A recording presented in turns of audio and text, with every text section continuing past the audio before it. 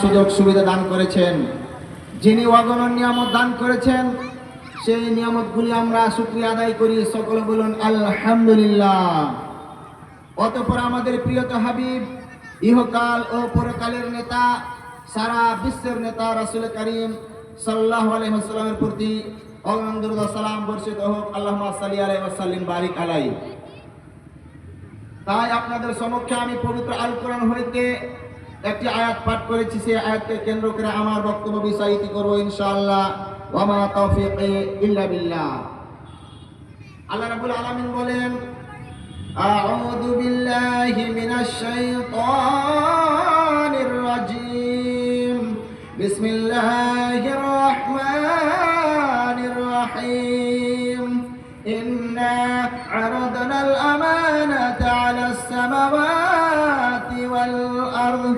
আল্লাহ বলেন, ওরে বান্দা বান্দিরা, যে পবিত্র কোরআন অর্থাৎ আমানত বলা হয়েছে, এই আমানত থেকে কোরআন মাজিদ, এই কোরআন মাজিদকে আমি কি করলাম? সর্বপ্রথম ওই আসমানকে দিলাম, আলাস সামাওয়াতি ওয়াল আরদ, তারপরে জমিনকে দিলাম, ওয়াল জিবাল, তারপর আমি পাহাড়কে দিলাম। এই করে করে আসমান, জমিন, পাহাড়কে সবাইকে দিলাম। আসমান বলল, রব্বুল আলামিন, আমার দ্বারা সম্ভব নয়, আমি এর দায়িত্ব পালন করতে পারবো না। অতএব আল্লাহ গো, আমাকে এই কোরআন অর্থাৎ আমানতকে দিয়েন না। রব্বুল আলামিন আবার কি করলো? ওই জমিন, যেই জমিনের বুকে সারা পৃথিবীর জীবজন্তু, পশু পাখি, যত জিনিস রয়েছে, সমস্ত জিনিস চলাচল করে, ওই জমিন শক্তিশালী জমিন রে, ওই জমিন তুমি তাকে নিয়ে নাও।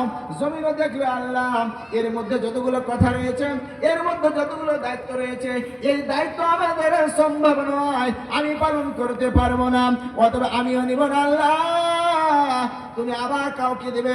আল্লাহ চিন্তা করতে করতে শক্তিশালী পাহাড় রে, যেই পাহাড় না হলে জমিন টলমল টলমল করতে থাকতো, জমিন স্থির ভাবে থাকতো না, ওই পাহাড়কে রব্বুল আলামিন দেওয়া হলো, ওগো পাহাড়, তুমি ওই আমানতকে নিয়ে নাও।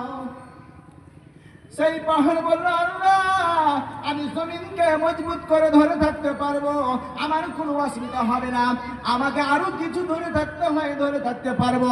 কিন্তু আল্লাহ গো, সেই আমানতকে দিতেছ, যেই পাওয়ার কোরআনকে দিতেছেন, আল্লাহ, আমি সেই কোরআন মাজিদকে নিতে পারবো না। কেননা এর মধ্যে যতগুলো দায়িত্ব রয়েছে, যতগুলো আইন বিধান কানুন রাখা রয়েছে, এই পালন না করতে পারলে আমি কি করে তাকে গ্রহণ করি?